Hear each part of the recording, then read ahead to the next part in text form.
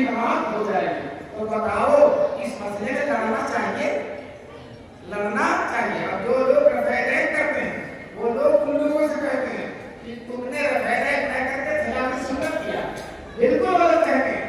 رفعین اگر سنت ہے تو رفعین نہ کرنا بھی سنت ہے رسول پاک صلی اللہ علیہ وسلم کی۔ چنانچہ حضور صلی اللہ علیہ وسلم کے بعد صحابی ہیں عبداللہ ابن مسعود جو حضور کے خصوصی صحابی ہیں۔ عبداللہ ابن مسعود نے لوگوں سے پوچھا الا صلی بکم صلاۃ رسول اللہ صلی اللہ علیہ وسلم، اے لوگوں کیا میں تم کو حضور کی نماز نہ پڑھاؤں؟ حضور کے صحابی حضور کے خادم ہیں، حضور کا جوتا لیے چلتے تھے، تکیہ لیے چلتے تھے، اور حضور نے عبداللہ ابن مسعود سے کہہ دیا تھا کہ میرے گھر میں اگر کوئی نہ ہو کہیں تو تم پردہ اٹھاؤ میرے گھر پہ آ جاؤ، اجازت لینے کی ضرورت نہیں۔ خاص آدمی حضور سے فرماتے ہیں، حضور کے بعد وہ لوگوں سے کہتے ہیں کیا میں تم کو رسول اللہ کی نماز نہ بتاؤں؟ تو لوگوں نے کہا آپ نہیں بتائیں گے تو کون بتائے؟ پھر حضور صلی اللہ علیہ وسلم نے کہا کہ پھر حضرت عبداللہ ابن مسعود نے کہا لوگوں سے نماز پڑھائی فصلہ، سب کو کھڑا کر کے، وہ سارے کے سارے لوگ تابعی تھے۔ کیا دلیل ہے کہ تابعی کے سارے وہ تابعی تھی اس لیے کہ نماز پڑھا رہے صحابی، اور جو صحابی کو دیکھتا ہے وہ کیا ہو جاتا ہے؟ تابعی ہو جاتا ہے۔ اس لیے سارے کے سارے لوگ تابعی اور نماز پڑھانے والے صحابی فصلہ، انہوں نے نماز پڑھائی فلم یرفع الیہ فی اول مرہ، صرف ایک دفعہ ہاتھ اٹھایا پھر دوبارہ ہاتھ نہیں اٹھایا۔ دوستو کہیں بھی میں آج چیلنج کر کے آپ کو بتا رہا ہوں، کہیں بھی کسی حدیث سے کوئی ثابت کر دے کہ حضور صلی اللہ علیہ وسلم نے رکوع میں جاتے ہوئے اور رکوع سے اٹھتے ہوئے ہاتھ اٹھانے کا حکم دیا، یہ کہیں کوئی ثابت نہیں کر سکتا۔ اور میں دلیل کے ساتھ کہتا ہوں رسول اللہ صلی اللہ علیہ وسلم نے ہاتھ اٹھانے سے منع کیا، میں صراحت کے ساتھ کہتا ہوں۔ چنانچہ مسلم شریف کی حدیث ہے، صحابہ کہتے ہیں کہ ہم لوگ نماز پڑھ رہے تھے اور رفعین کر رہے تھے، شروع میں تھا رفعین تو ہم لوگ کر رہے تھے، پھر حضور باہر نکلے اور حضور نے کہا مالی علیکم رافی ایدیکم، کیا بات ہے کہ تم لوگ اپنے ہاتھوں کو اٹھاتے ہو؟ کہا ابناء خیل شمس، سرکش گھوڑوں کے دل کی طرح اسکرو فی الصلاۃ، نماز میں سکون اختیار کرو۔ ایک دفعہ جب تکبیر تحریمہ کہہ دیا تو ٹھیک ہے، اس کے بعد رفعین کی ضرورت نہیں۔ اور ایک حدیث ہے حضور فرماتے ہیں لا تنفع الايدي الا في سبع مواضع، ہاتھ نہیں اٹھایا جائے گا مگر کتنی جگہوں؟ سات جگہ۔ اور سات جگہ کے لیے فی ابتداء الصلاۃ، نماز شروع کرتے ہوئے، وعند استلام الحجر، حجر اسود کا بوسہ لیتے، وعند القنوت، اور دعائے قنوت پڑھتے ہوئے، وعند عید، عیدین اور عیدین میں جو دعائے تکبیریں ہوتی ہیں، وعند الصفا والمروہ، صفا و مروہ پر، وعند الموقفین، موقفین سے مراد ہے عرفات اور مزدلفہ، یہ سب کتنی جگہ ہیں؟ وہاں ہاتھ اٹھا کے دعا مانگتے ہیں، ہاتھ اٹھا کے، اس کے علاوہ کوئی ہاتھ نہیں اٹھانا۔ دوستوں میں ان مسئلوں کو نہیں چھیڑنا چاہتا، مولانا حضرت نے مجھے منع نہیں کیا، لیکن کچھ لوگوں نے کہا کہ لوگ بے وجہ پیسہ اٹھا رہے ہیں۔ میں صرف ان لوگوں سے کہنا چاہتا ہوں کہ اچھے سے سیدھے سے نماز پڑھو، اپنی کی نماز پڑھو، دوسروں کی نماز ہونے دو۔ تم ٹھیکیدار بن گئے ہو، دوسروں کی نماز نہیں ہوگی، تمہاری نماز رفعین نہیں کرو گے تو نماز نہیں ہوگی۔ میں آج کہہ کے جاتا ہوں جو رفعین کرے گا اسی کی نماز، جو نہیں کرے گا اسی۔ اور جو اس مسئلے میں ہوٹلوں میں، چارخانوں میں، راستوں میں، بیٹھکوں میں بحث کرے گا وہ اچھا انسان نہیں ہے، وہ اچھا انسان نہیں ہے، وہ دین سے والا۔ آج حالات اتنے خراب ہیں، اسلام پر اعتراض ہے، ساری دنیا جو ہے اسلام کے پیچھے پڑی ہوئی ہے۔ دوستوں چاہے وہ روس ہو، چاہے امریکہ ہو، چائنا ہو، سب کے سب اسلام کے پیچھے پڑے ہوئے ہیں، پوری دنیا ہاتھ دھو کر اسلام کے پیچھے۔ اور آپ کو بھی پہلے نہیں پڑھا، آپ کو رفیع صاحب کے مسائل میں آئندہ سے رامپور میں کوئی صاحب سوال نہ کریں گے، اور اگر کوئی کہے تو اسے صاف صاف کہہ دو تم عالم نہیں ہو۔ اکثر ایسے لوگ عالم نہیں ہوتے، ماشاء اللہ ہوتے، عالم نہیں ہوتے، عالم سمجھدار ہوتا، وہ نہیں کام کرے گا، چنانچہ ان کے بھی علماء نہیں بات کرتے، لیکن عوام جو ہے بندر کو ادرک کے گیا تو پسانی بچ گیا، تو ایک دو حدیثیں معلوم ہو گئی تو اب ماشاء اللہ وہاں چیختے چلاتے ہیں۔ لیکن جب ہم کہتے ہیں اپنے علماء کو لاؤ تو بڑے دوڑے علماء کے پاس جاتے ہیں، علماء کہتے ہیں جا تو نہیں، میں نہیں جاؤں گا، تو نہیں مسئلہ چڑھا۔ علماء جانتے ہیں کہ